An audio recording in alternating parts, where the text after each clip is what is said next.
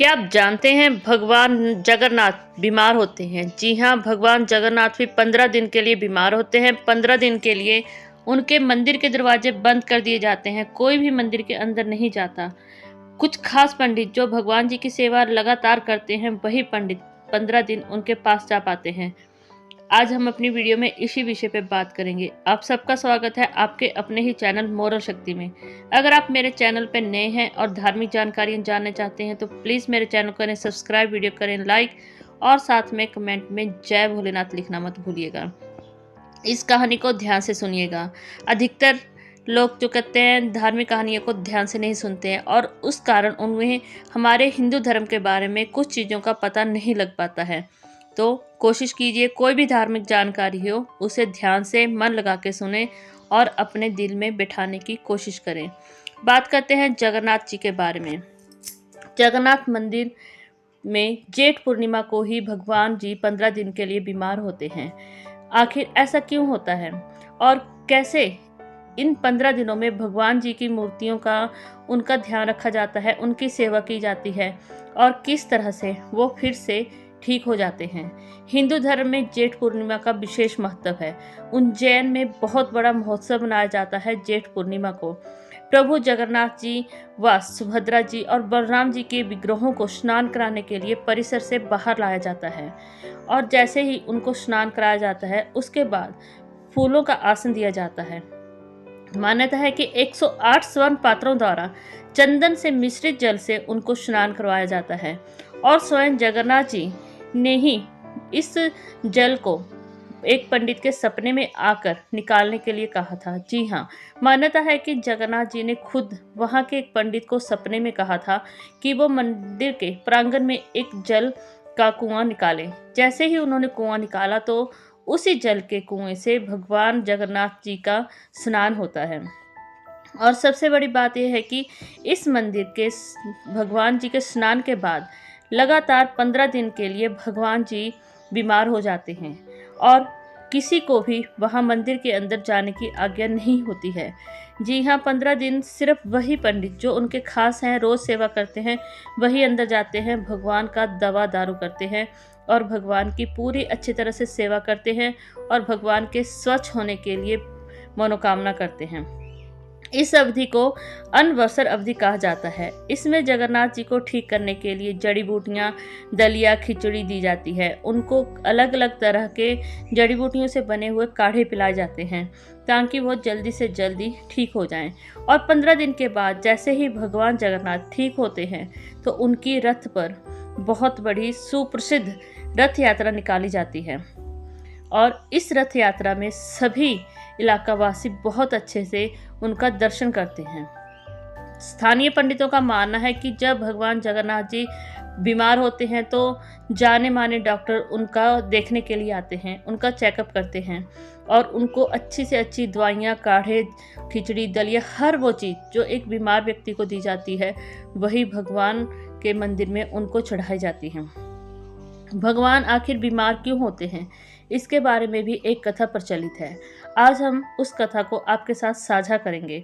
मान्यता है कि एक बार माधव दास नाम का एक भगवान का बहुत बड़ा भक्त हुआ करता था। माधव भगवान का इतना बड़ा भक्त था कि हमेशा उनके साथ ही खेलता, उठता, बैठता, इधर उधर घूमता, हमेशा ही भगवान के साथ ही रहता। वो किसी और का सहारा नहीं लेता था। जब भी कोई भी काम करना होता भगवान जी उनके साथ होते थे और माधव हमेशा ही भगवान के साथ रहता था। भगवान की सेवा इतने अच्छे से करता था कि उनको भगवान के सिवा कभी भी कोई दिखाई नहीं देता। जैसे ही समय बढ़ता गया माधव की उम्र भी बढ़ती गई। उम्र बढ़ने के साथ साथ उनको एक अवस्था में पहुंचकर अतिसार का रोग हो गया। वह सारा काम खुद ही करते थे, इसलिए उन्होंने कभी भी प्रभु के अलावा किसी का भी सहारा नहीं लिया। माधव इतने ज़्यादा बीमार हो गए थे कि उनसे उठना बैठना मुश्किल हो गया था। उनका मल मूत्र भी बिस्तर पर ही होने लगा था। मल मूत्र बिस्तर पर होने के कारण उनसे बदबू आने लगी थी।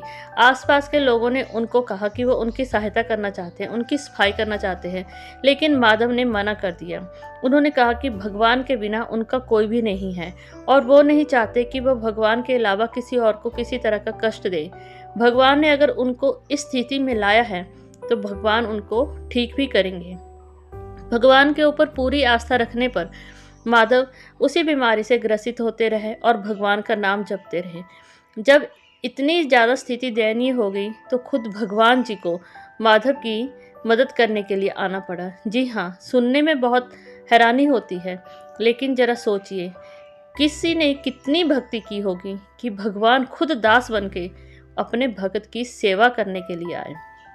जी हाँ, भगवान खुद एक व्यक्ति का रूप धारण करके माधव के पास आते हैं और माधव से विनती करते हैं कि वह उनकी सेवा करना चाहते हैं, लेकिन माधव इतने ज़्यादा दुर्लभ हो गए थे कि वो मना नहीं कर पाए। ज्यों ज्यों दिन बढ़ते गए माधव की स्थिति में सुधार आता गया। भगवान ने उनको एक अच्छे से साफ सुथरा किया, उनका मल मूत्र भी साफ किया और पूरी तरह से उनको स्वस्थ कर दिया। जैसे ही माधव को होश आती है वो पहचान लेते हैं, अरे प्रभु आप क्यों मेरा इतनी गंदगी साफ कर रहे हो? आपको क्या जरूरत थी मेरी इतनी सफाई करने की? तब भगवान ने कहा, अरे भक्त, तुम मेरे हो और मैं तुम्हारा हूँ। जब तुम मेरे बिना किसी का सहारा नहीं लेते, किसी को अपने पास नहीं आने देते और दिन रात मेरी सेवा खुद ही करते हो, तो भला मैं तुम्हें इस स्थिति में देखकर कैसे छोड़ देता?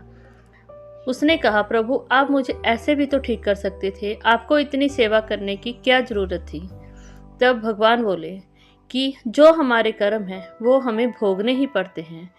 बस फर्क इतना है, अगर हम भगवान से जुड़ जाएं तो हमारे कष्ट जरा कम हो जाते हैं। कर्मों का तो फल भोगना ही पड़ता है और अभी भी तुम्हारे दिन कर्मों के हिसाब से 15 दिन तुम्हारे शेष बचे हैं, जिन 15 दिनों में तुम्हें अभी और बीमार रहना है। माधव ने विनती की, प्रभु आप मुझे ठीक कर दीजिए। तो भगवान ने कहा, माधव मैं तुमसे बहुत प्यार करता हूँ, जितना तुम मुझसे प्यार करते हो मैं भी उतना ही करता हूँ, और आगे के 15 दिन अब मैं तुम्हारे हिस्से के लेता हूँ। मान्यता है कि जब भगवान ने खुद माधव के 15 दिन अपने हिस्से में लिए, तभी से जेठ पूर्णिमा के दिन भगवान 15 दिनों के लिए बीमार होते हैं। इन 15 दिनों में भगवान के वेशभूषा भी बिल्कुल साधारण कर दी जाती है।